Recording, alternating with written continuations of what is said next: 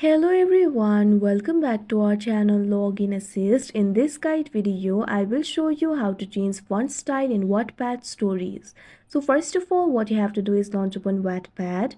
You can see over here Wattpad has been opened. Initially, you'll be led to this kind of interface. So first of all, what you have to do is tap on the story that you want to read. Once you do that, that story will be opened. What you have to do is simply tap on the read option. Now you can see over here, you'll be able to read the story over here. So if you want to change the font style, it is actually very simple. At top right corner of your screen, you'll be able to see AA written over here. Simply tap on it. Now from here, you'll be able to access the settings like page color, font, etc.